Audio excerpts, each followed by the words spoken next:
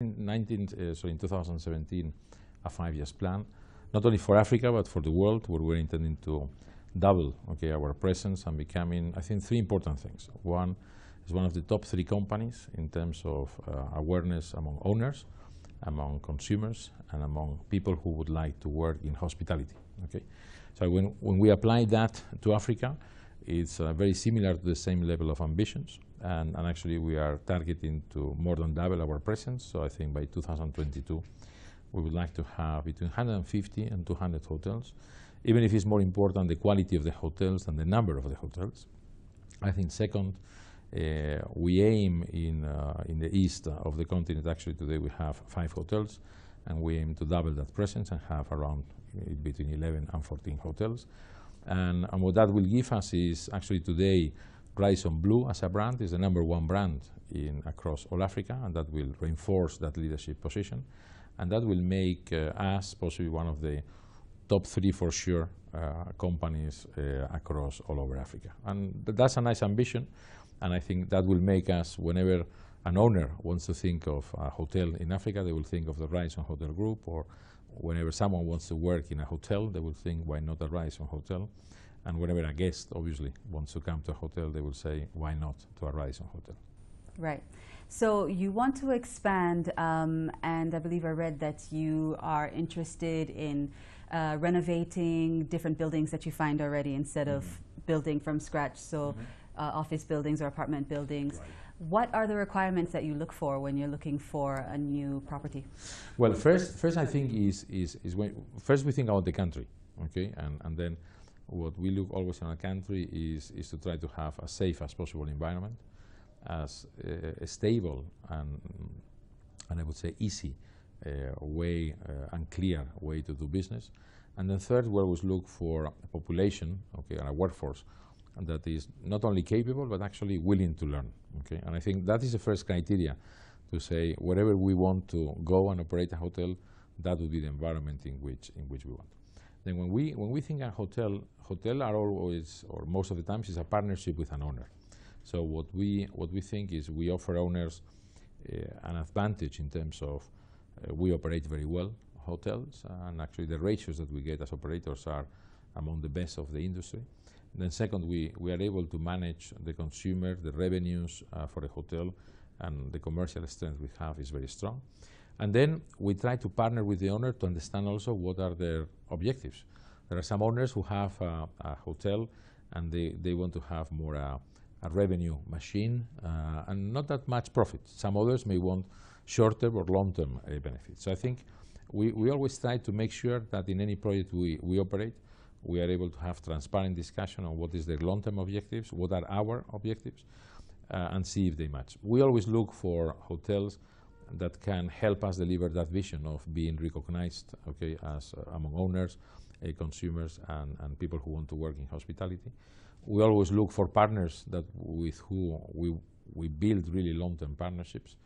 And then in that sense, we are flexible. I mean, some companies take standards of brands extremely rigorous, and we have a more flexible approach where we understand the situation of the building or the situation of the ownership. And I think that flexibility gives us a very good and strong competitive advantage with many owners. Right. You mentioned ease of doing business, and Rwanda is becoming known as a place that's easy to do business. How do you find the performance of Radisson since you've been in the country? Well, I think for me this is the first time I have come to Rwanda, and I think it has been a phenomenal surprise. Not only the hotel and the convention center that I think is an amazing example for all the hotels we run in the world, and we have 1,400 hotels in the world, but actually this property is very unique, and what I have learned is actually the property has been open now for 3 years, and I think it shows a great partnership with the government, with the development office, with the convention center, with the convention bureau. And actually we have been working together very, very well. And I think that is, when I came to Rwanda and the hotel first, is one of the most impressive things is this is a hotel that is becoming a destination. The hotel and the convention center are way beyond a hotel and way beyond a convention center. It's a destination for people in the country and for many, institutions and conventions, okay, that aim to come to a place. I think beyond the hotel, I think in the country, what has been impressive in the 3 days I have been is, I think when you look to the country today, and as I was mentioning before, what we look as critical to develop the business and to invest time and money is, I think, what I have discovered of the country in terms of first safety. I think the world needs to know much more about the safety that you have in this country.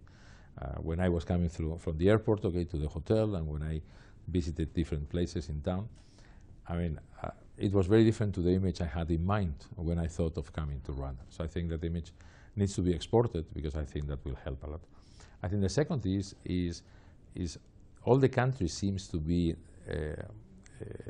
targeting a vision, okay, for the future. And I think you see that with the institutions you work.